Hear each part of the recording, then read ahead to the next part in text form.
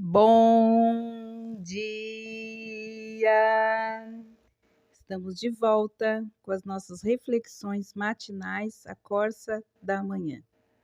Voltamos a nossas reflexões a respeito das alianças de Deus.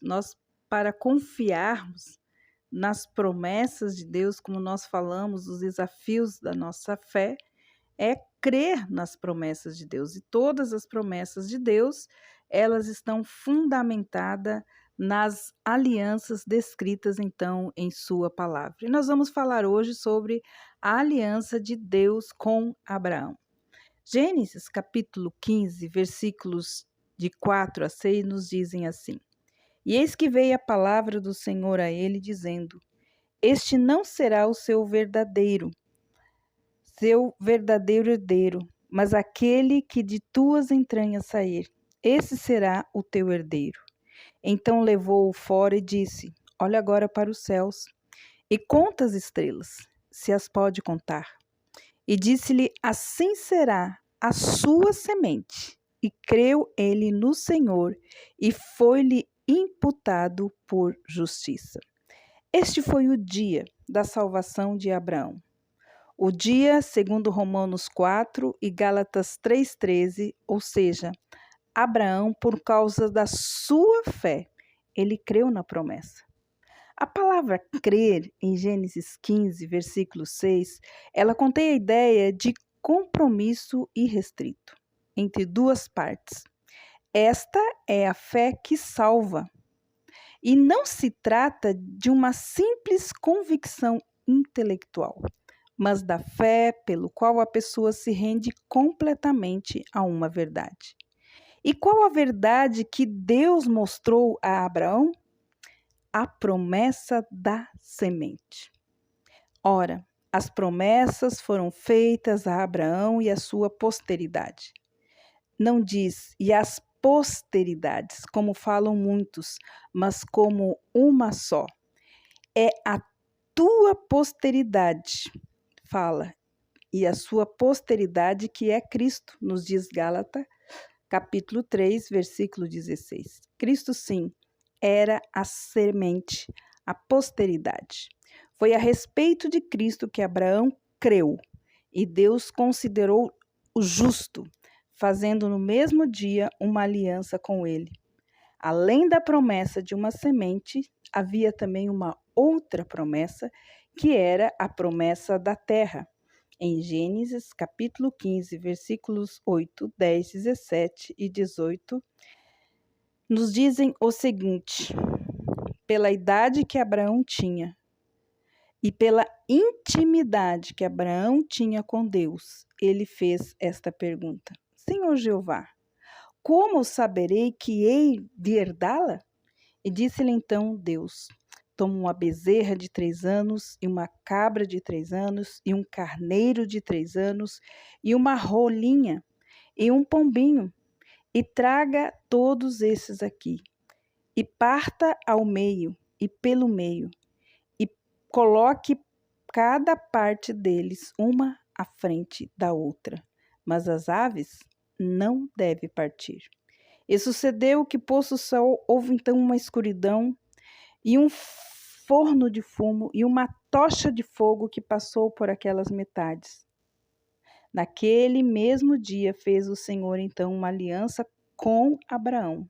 Aquele forno de fumo e a tocha de fogo era o próprio Senhor. Deus desceu numa teofonia, ou seja, uma manifestação visível, e passou então entre as porções da carne, antes fez Abraão dormir. Ali estava então ele fazendo uma aliança incondicional com Abraão, que permaneceria para sempre e não poderia ser quebrada. Porque Deus andará entre pedaços?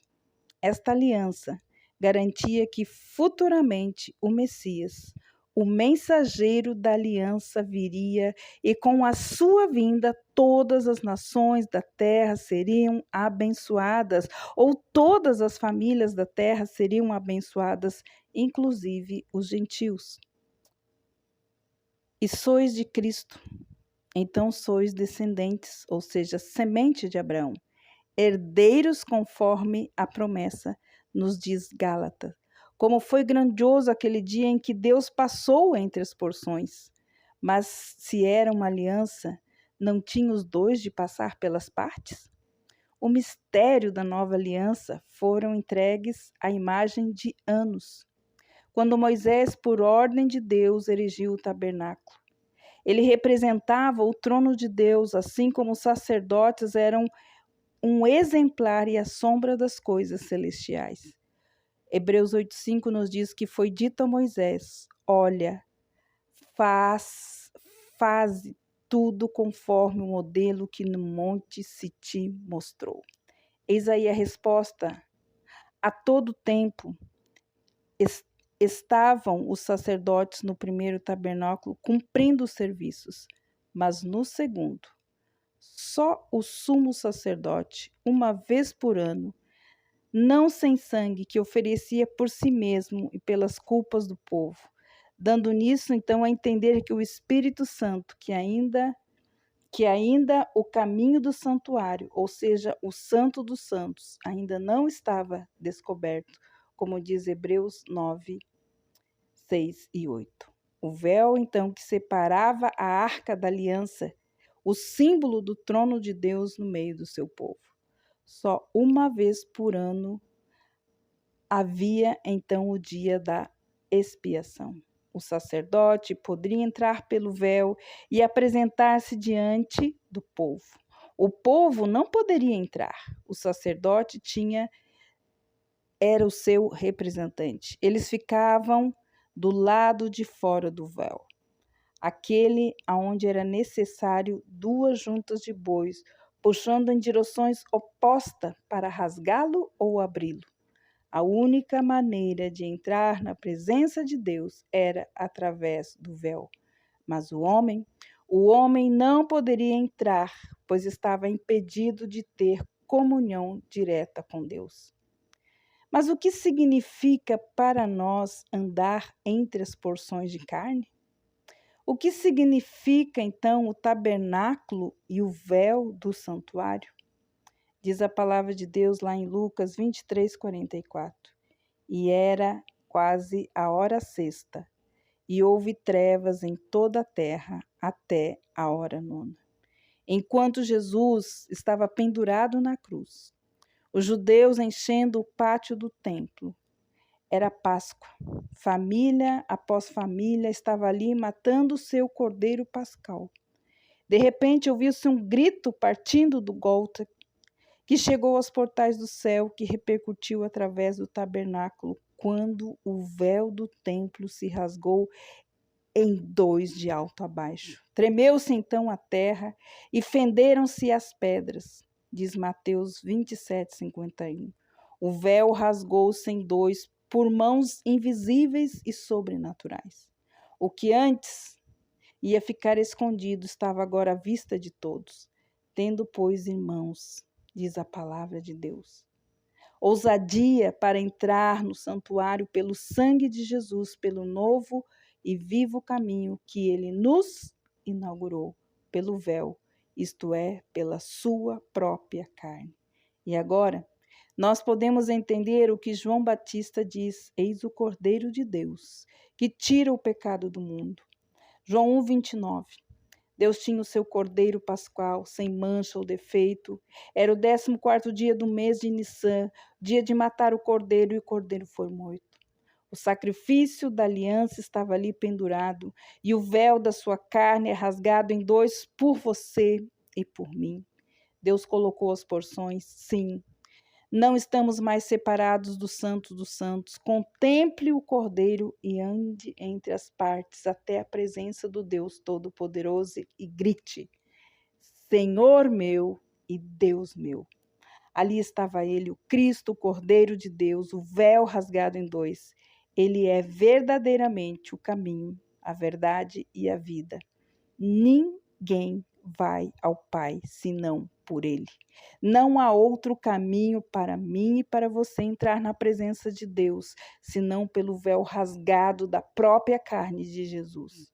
Agora, pela sua morte, o caminho do Santo dos Santos foi revelado. E é pelo sangue de Jesus que o homem pode entrar nesse lugar em confiança, sem medo do juízo. O caminho foi aberto. Cabe agora ao homem confessar pela fé: ando para a morte do meu velho estilo de vida e de minha independência e de meus direitos. Este é o verdadeiro arrependimento. Esta é a verdadeira entrega que traz a verdadeira salvação. Você já andou por este caminho? Por entre as porções do Cordeiro de Deus?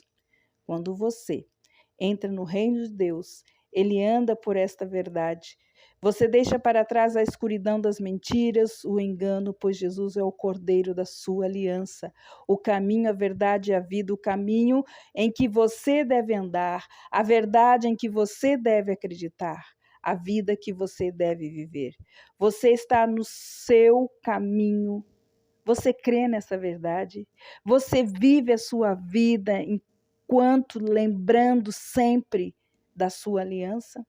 Então, unidos com Deus, podemos andar para a morte. Os parceiros de aliança, lembram? Um dia do outro fazia o corte na própria carne. Cortava os pulsos e depois davam-se as mãos e misturavam sangue para indicar que se haviam se tornado não mais independentes. Mas a partir de agora, o que um fazia afetaria para sempre a vida do outro. Esta é a Páscoa. Então, Jesus, tendo inaugurado a nova aliança, Jesus orou ao Pai antes de seguir para a cruz. O corte da aliança teve lugar no Calvário, enquanto os seus executores transpassavam o vão dos seus pés e as mãos, e os dois se tornariam um, por favor do outro. Então, que nossa oração seja respondida, que a oração de Jesus seja respondida, que nós possamos ser um como com o Filho, assim como o Filho é com o Pai. Esta é a oração de João, capítulo 17. Precisamos compreender plenamente o que significa ser um com Ele. Paulo nos diz: ou não sabeis que o vosso corpo é o templo do Espírito Santo que habita em vós? Que proveniente de Deus e que não sois de vós mesmos? Por causa da aliança que você e eu fizemos com Deus por meio do sangue de Jesus, nós não pertencemos a nós mesmos. Como você está vivendo? Lembrando desta aliança? O que você faz com os membros do seu corpo que agora pertencem a Cristo? Depois de passar por entre as porções e misturado o sangue, os parceiros da aliança davam as bênçãos um ao outro, e cada um deles entregava ao outro a relação de todos os bens, pois esses agora estariam à disposição do seu parceiro de aliança. Quando entramos em aliança com Deus, tudo que é dele se torna nosso. Temos esta promessa do nosso Deus. E a palavra de Deus diz lá em Filipenses 4,19, que o nosso Deus, segundo as suas riquezas, suprirá todas as nossas necessidades em glória por Cristo Jesus. Que Deus abençoe você. E amanhã nós vamos continuar falando sobre se somos herdeiros juntamente com Cristo. Então, quais são essas promessas que estão disponíveis a cada um de nós? Que Deus abençoe você e até lá!